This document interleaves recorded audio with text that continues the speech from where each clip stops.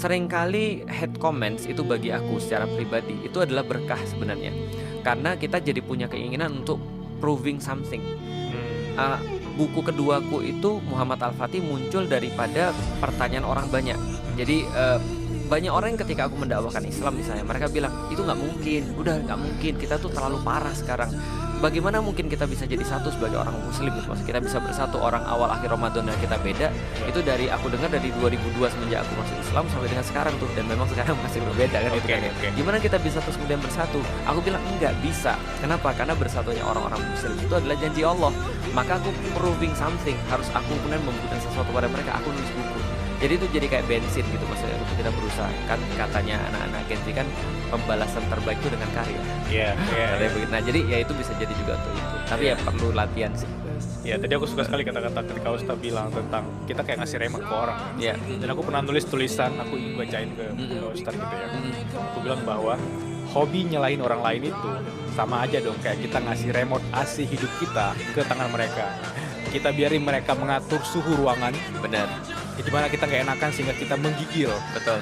Dan kita akhirnya meratapi nasib kita sendiri dalam kedinginan. Betul. Nah konteksnya berarti kalau teman-teman yang ngerasa bahwa aku diujar, apalagi orang-orang yang sekarang punya nama, itu pasti dipelintir terus, bahkan dijadiin meme. Oh ya tentu. Apakah mereka itu akan punya pahala yang berlipat ganda? Bisa jadi kayak satu orang, dua orang, ribuan orang sehari bikin meme ke orang itu. Oke. Tanpa orang berpikir bahwa kok kita habisin banyak waktu kadang nge-generate AI-nya gitu. Iya, betul. Itu gimana, Zat? Oke. Nah, aku lupa tadi, aku mau nambahin satu lagi.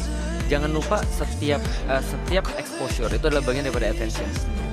Dan bagi orang-orang yang punya sesuatu, attention itu adalah sesuatu yang berharga.